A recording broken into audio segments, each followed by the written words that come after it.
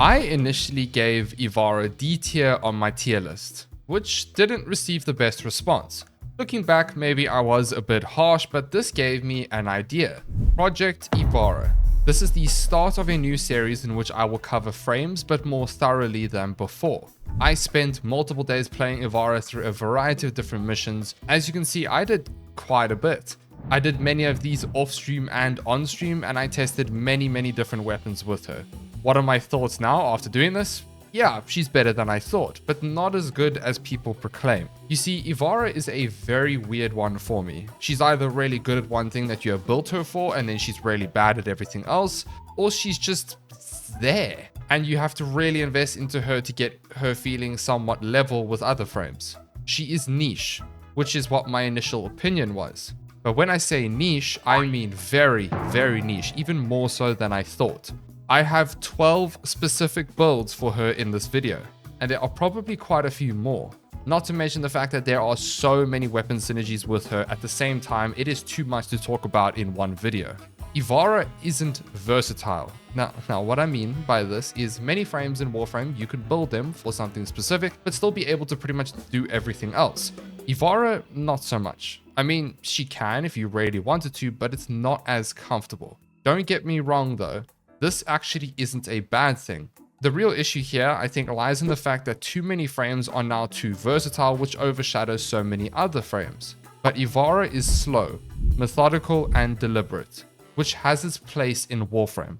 Ivara is a stealth frame, which has arguably one of the worst farms to obtain her by running spy missions. So yeah, that's up to you. Me personally though, I say just get the Prime version unless you need the Master rank. Her passive is cool, I guess. You can sense enemies within 50 meters, which is literally just enemy radar, which, fun fact, can go all the way up to 191 meters if you stack all of the enemy sense mods, which is really far, to be honest. While Ivara is a stealth frame, she's also a huntress who somewhat specializes in bows. So her first ability is Quiver, which offers you 4 different types of arrows which have their own use cases.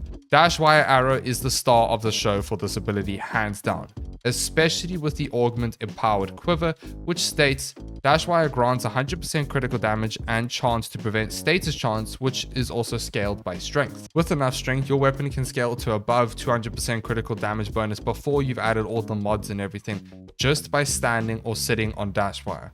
Also, quick note, the status chance does not affect knockback from explosive weapons. I did test this out. So you will still need Prime sure-footed. Functionally, this ability is very weird for me. I would highly suggest inverting the controls for Ivara in your settings. This will switch the cycle function to hold instead of tap, and then tap to cast instead of hold to cast. Takes a bit of getting used to in the beginning, but it helps to stop the accidental taps and the panic of general gameplay. Dashwire arrow allows you to cast an arrow up to 100 meters, which forms a zipline for you to run on, which is not affected by ability range. You can have up to 4 Dashwire arrows in at any given time.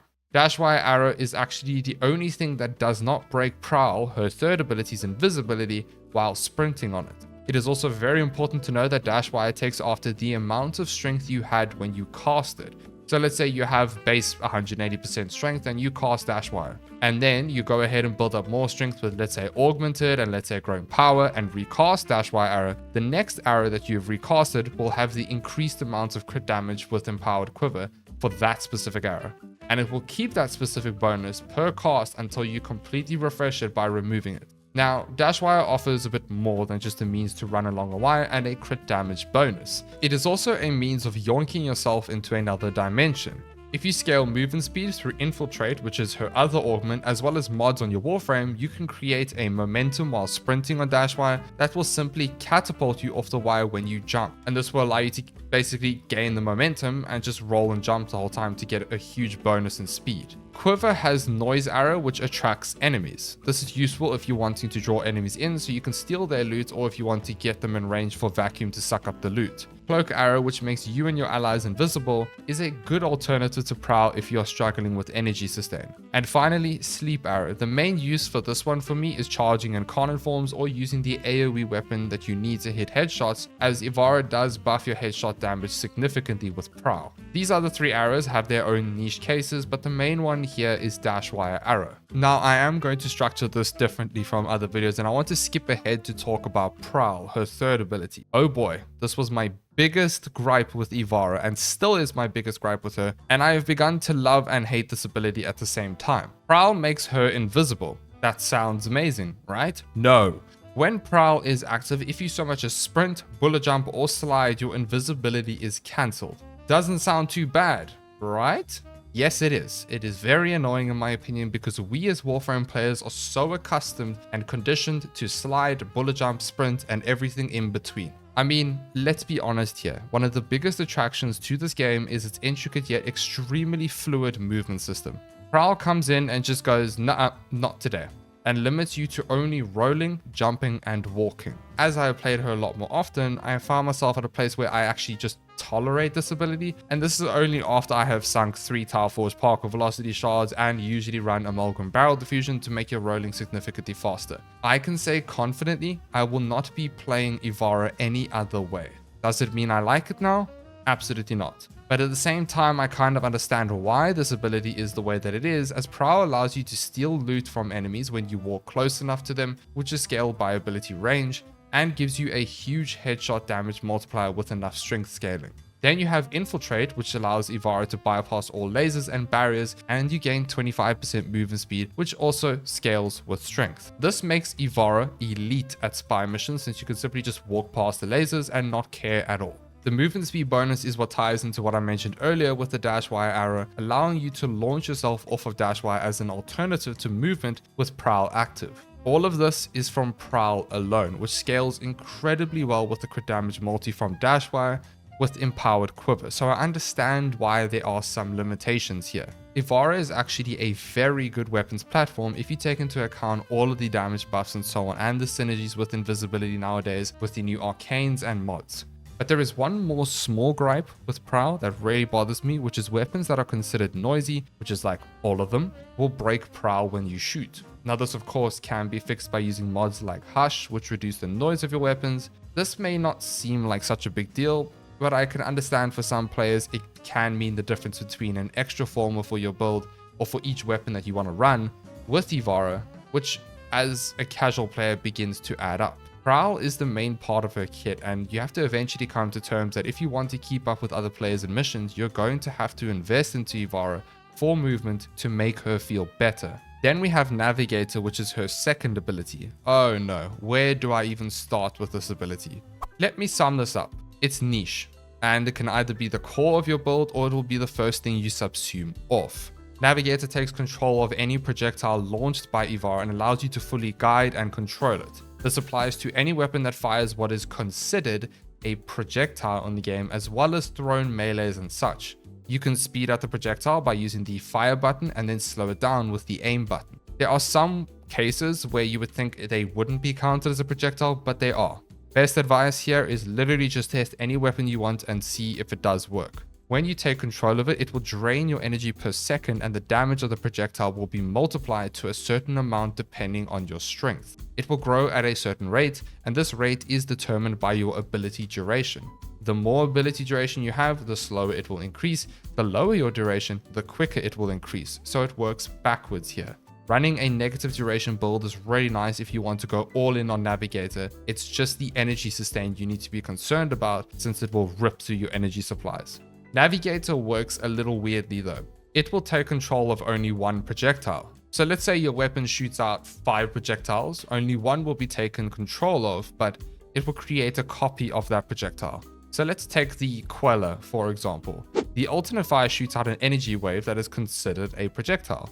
When you alt fire, it will shoot out the original projectile, and then you will take control of another projectile, which kind of like mirror copies it. This is quite OP in a few weapons. Blinks is an example here, and the Trumner alt fires are another example. But this actually doesn't always happen. The Stelter is one example where you assume control of the original projectile with the alt fire. So I don't know if this is a bug or is intended for certain weapons, but this is something for you to test. Another amazing use case for Navigator is the Grimoire. This thing is literally the ball of death. The alt fire of the Grimoire sends out a giant voltaic orb. Slap on corrosive heat or any element that you want, slap on secondary innovate, cast it once to build up innovate, and then recast it to start red critting for millions of damage. If you do want to go all in on the Navigator playstyle, the Augment Piercing Navigator increases the projectile's critical chance by 10% up to a maximum of 50, and you get +3 projectile punch through. And of course, if you wanted to run a double augment, you can run Empowered Quiver as well, which will further increase the crit damage. Artemis Bow is her 4th ability, which holds her Exalted Weapon.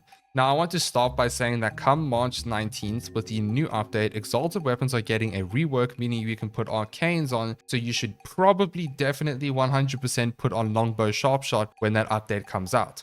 Just saying. She's a huntress with a big bow, but the base bow is shit. It shoots out a bunch of arrows, and the angle of the arrow launch depends on how long you draw the bow for. It's mid in my eyes, okay? But yes, the damage can be good, and well, it can be really good against single target enemies technically, but it's meh. Artemis Bow does allow you to use the alternate fire button to shoot out the quiver arrow you have selected on your first. This is very good for those of you who don't like the cycle mechanic of her first ability. The saving grace for her 4th is her Augment Concentrated Arrow. Instead, you fire a single arrow that has 50% critical chance on headshots and explodes in a 7-meter radius. This removes punch through. The range of the explosion from this augment is actually affected by ability range and firestorm on the weapon itself. This augment really makes me like Artemis Bow. However, you do need to fully rely on headshots with this augment. With a build like this one, we rely on the explosion from the initial headshot to spread slash procs to all nearby enemies, and we will scale the slash procs with a Bane and Elementalist. We also make use of Spectral Serration to increase our damage, and remember, after the update we can add Arcanes on to increase the damage even more. I did test this weapon with Acuity to see how it performs with the headshot meta, and it actually is not as good as if you're running multi-shot. Multi-shot does outperform in this case by a large amount, so don't go for Acuity here, it's diminishing returns. The explosive damage and bleed ticks with a build like this will allow you to actually shred through Steelpath with ease. Charging the bow with and without the augment will not affect the damage at all. If you are using Concentrated Arrow, you can actually just tap this and deal shots a lot quicker. It's a good idea to do that. The only thing that you get from charging the arrow or whatever is just make it shoot straighter for longer. That's it. Very important note here, the explosion from the bow shot will not proc any status effects. However, they do force impact procs as the explosion has 0% status chance, which is why I opted for internal bleeding and boosting the bleed ticks. It's the only way you can essentially AoE nuke with a dot effect with Concentrated Arrow. What are my problems with Ivara? I started with the negatives first because I wanted to get these out of the way so I can focus on the positives. Movement. You have already heard me complain about Prowl, and well, I still will. Let's take Nyx's Assimilate as an example. This augment allows you to move, but with restrictions. I know I'm going into missions with an augment that forces you to move in a certain way, but I know I'm invulnerable. Prowl punishes you drastically by, well, removing the one thing that keeps Ivara alive, her invisibility, and well, no matter how much you try to convince me otherwise, this sucks in the case of Warframe. It's probably one of the only abilities that I can think of off the top of my head that slaps you on the wrist for, well, warframing, if that makes any sense. However, with that being said, there are workarounds. Number 1, parkour velocity. Slap on at least 2 shards of parkour velocity, preferably tile forged, and then you can also make use of amalgam barrel diffusion, and if you want to go one step further, you can use Praedos to further increase the movement speed and parkour velocity through the evolutions. This is my go-to since I'm an avid addict for parkour velocity in this game. With Prowl, even rolling and jumping, it's more than enough speed. Number 2, scaling movement speed and using the Dashwire to yeet yourself. This isn't my preferred option, but it is to some. Personally, it feels like a whole setup just to move while I can just zoom past you with some parkour velocity scaling. But it is an option. You can do this by using the Infiltrate augment, scaling strength to increase that movement speed, and use movement speed mods on your Warframe, and then of course use the Praedos again. That's another option. Number 3, Wrathful Advance. Need I say more? Subsume Wrathful Advance and just TP everywhere. Number 4 is Reeve. Subsume Revenant's ability, scale movement speed, and just dash. It's actually pretty good. Number 5, Subsume Infested Mobility. Pretty self-explanatory there. I don't think I need to explain it even more. And that pretty much sorts out the movement issues with Ivara. My next gripe is the fact that you need to run Hush on most of your weapons. This of course is just a minor inconvenience, but an inconvenience nonetheless. But it is not a deal breaker for Ivara. The reason I mention this is because you already get punished for moving a certain way with Prowl. Now you get even more punished if your weapon is noisy, which usually doesn't affect other invis frames. My next minor issue is the cycle mechanic of her one. It can be slow at times, and if you misclick, you have to cycle to 3 other arrows just to get back to the one you want. Don't get me wrong here, this is an issue with all cycle abilities in the game. It is not tied to Ivara. However, like I just mentioned, the saving grace here is the fact that Artemis Bow allows you to cast whatever arrow you have selected. Her playstyle is not for everyone. I really tried to make her keep up with other people in public lobbies, and well, it works, but it's not comfortable. It's not what she's designed for, which is okay. But even though that I say this, it does not mean you cannot play her in an active way. And if you find a setup that works for you, then that's all that matters. And lastly, Navigator is somewhat useless unless you are building it for a specific weapon. A lot of projectiles are actually extremely fast that you literally don't get a chance to see anything, or they just blind you. It's only specific weapons where this shines. Hence why this is generally my subsume slot if I'm running another random weapon. Okay, that's the negatives. Now let's talk about the positives. She is an elite and very underrated weapons platform, providing huge damage increases. This pretty much comes down to the fact that most people in Warframe try Prowl out and immediately pack her away without giving her a chance. Me included. Yes, I'm projecting.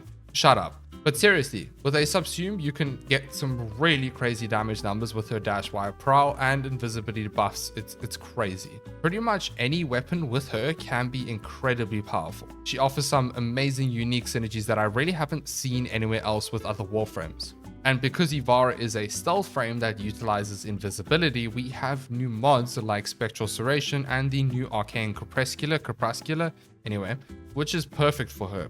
Not forgetting the fact that she boosts headshots as well, so using the Acuity playstyle can work on her very well, but this depends on the weapon. She is also amazing for Spy with the Infiltrate Augment, although some people may argue that you can just use Wukong for Spy, which I will tend to agree, but it doesn't mean Ivara is bad for it. Leading to the next positive, which is if you are someone who really likes niche synergies and very specific setups, then Ivara is perfect for you. If you want my honest truth, Ivara isn't a good Starchart frame. For you to really enjoy her, you have to invest into her.